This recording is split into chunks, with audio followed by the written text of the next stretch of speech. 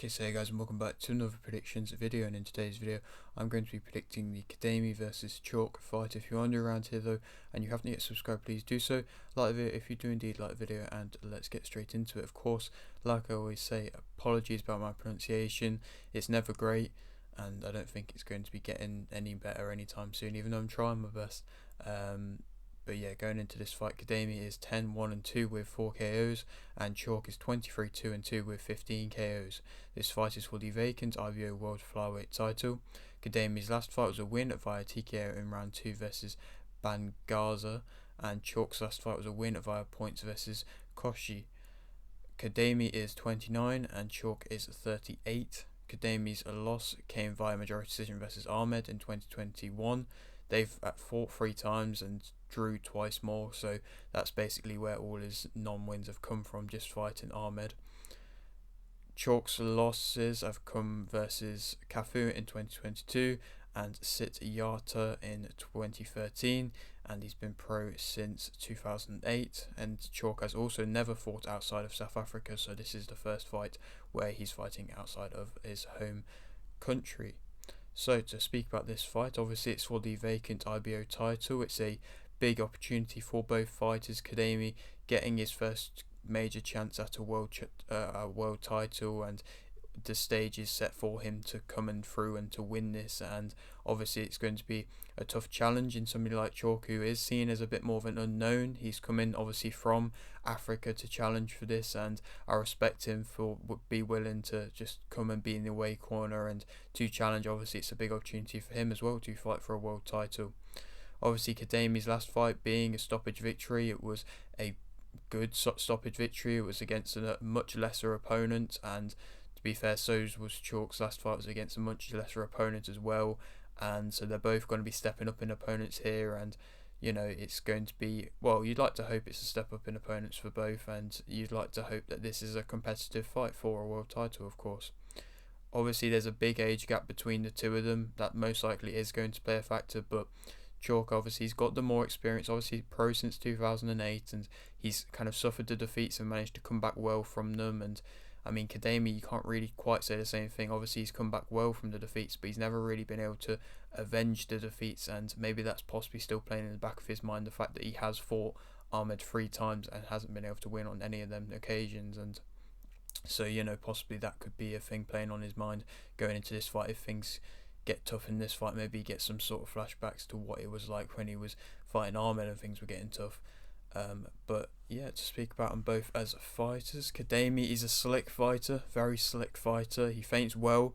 His head movement is very good. That's what, in my opinion, I always see when I see him fighting. His head movement is very impressive, and the way that he can make you miss and make opponents miss and frustrate opponents from doing that is very impressive. He's a back foot type fighter. He moves well in general, not just head movement, but actual lateral movement is typically good.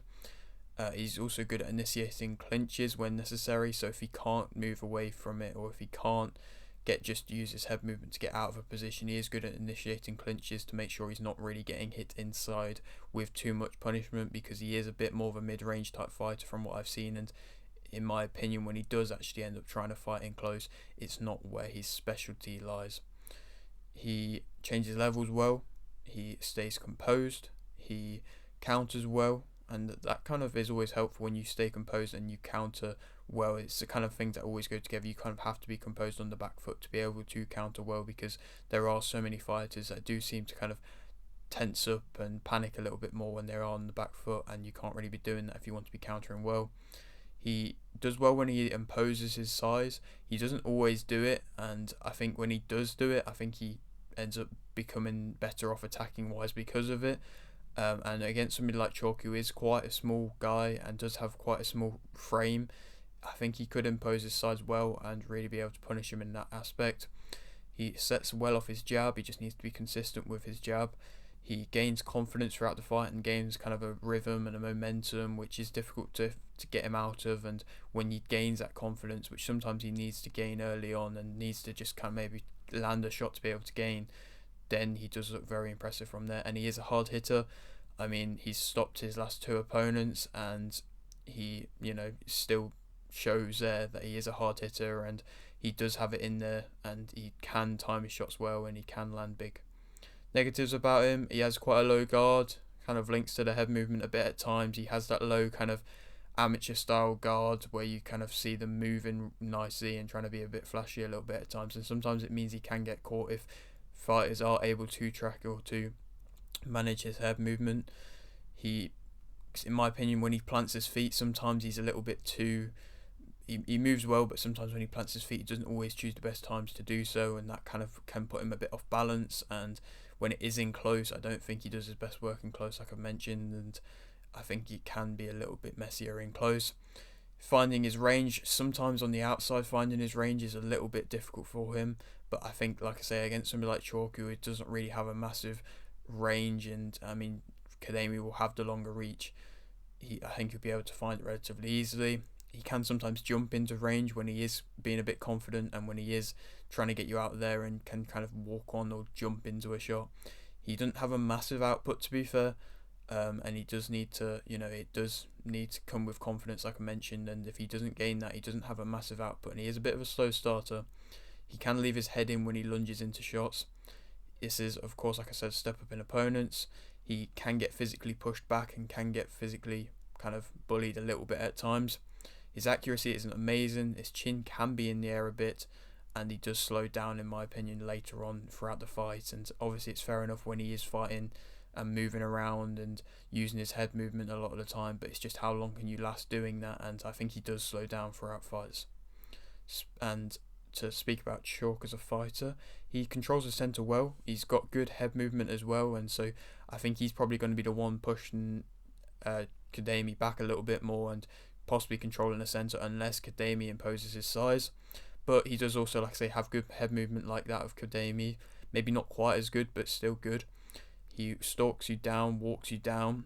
He is good in close. I would say he does better work in close. Obviously, he's not really a massive guy, like I mentioned, so he kind of does need to be in close. And I think when he does get in close, he does good work inside of a clinch if Khademi's going to be clinching, and or even if he can just get in close and get through any kind of jab in the first place.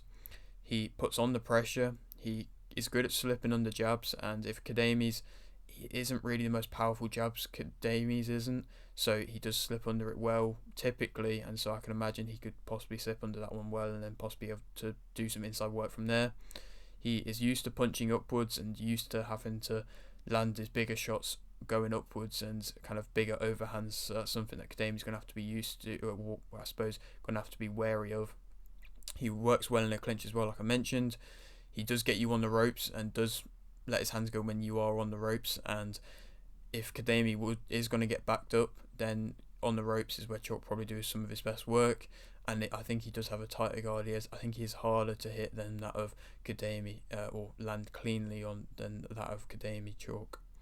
Chauke's negatives: obviously he's smaller, he does overcommit quite a lot, he's a slower starter, his finding of his range can be difficult at times, especially him as a smaller guy. He has to come inside, and sometimes he can't necessarily get on the inside, and then he can struggle to really land any shots of any significance. He can stand a bit upright as well. He has to find gaps, and I don't think he's especially good at finding the gaps. He can become predictable at times with the overhand, or with the shots that he is throwing becoming a bit wide and then predictable, and with Khademi's head movement, like I say, being so good, I could see him being able to judge them shots and being able to move out the way of them shots. He hasn't got especially high output, he's quite a low output as well. He's not as fast as that of Khademi. He does headhunt, and he does lunge in as well, and so there's definitely things there which Khademi's going to be able to capitalise on, and I suppose counter, especially if you're lunging in as well. Khademi is the favourite for this fight, and I think that Khademi will win via TKO in round 6. I think he's going to be able to possibly even make Chauke look a little bit silly at times. I think he's going to be able to move around the ring as he pleases and be able to just have to be wary of Chauke when he does try and come in. But if Chauke just can't really seem to land anything, he could become frustrated and possibly trying to force it then a bit and then lunge in and then be countered. And you can see, like I say, the predictable shots come in, and I think Khademi will be able to move his head and just be able to continue to move throughout the whole fight. And I just don't think he should be planting his feet too much and trying to stand and trade and trying to be in close with somebody like Chauke, and then I think he will end up getting the stoppage into the 6th round. Then if we could go on to fight, I mean, I'm not entirely sure. I've put a few options here, but I would be nice to see him try and go for a low world ranking. Obviously, he'll have that kind of world. He'll have the world title, but obviously it's not a major world title. But it'd be nice for him to try and get a world ranking, and so I mean, possibly something like Yafai that could be branded, but I think that's probably a bit of a stretch. I don't think we would see Yafai versus Khademi for the moment. The winner of Harris versus Butler, that could be an interesting fight. I'd be up for that fight. I don't think that would get him a world ranking. It possibly could, but that would be a good fight either way. Or if he wants a low rated world ranking, Rosales has fought some top guys in the flyweight division, and he is lowly ranked. And obviously he's fought the likes of Charlie Edwards and Khalid Yafai, and and some other big names in the division as well. And so obviously 36-6 record. It's not amazing, but it would be a step up in opponents, I think, as well for him. And Rosales is coming off a few wins now as well, and so I think that could make for a good fight. But yeah, like I said, it would be nice to see him get a kind of low level world ranking for his next fight. But yeah, that is it for today's video. Hope you did enjoy. Like the video if you did indeed like the video, subscribe if you're new, and thanks for watching.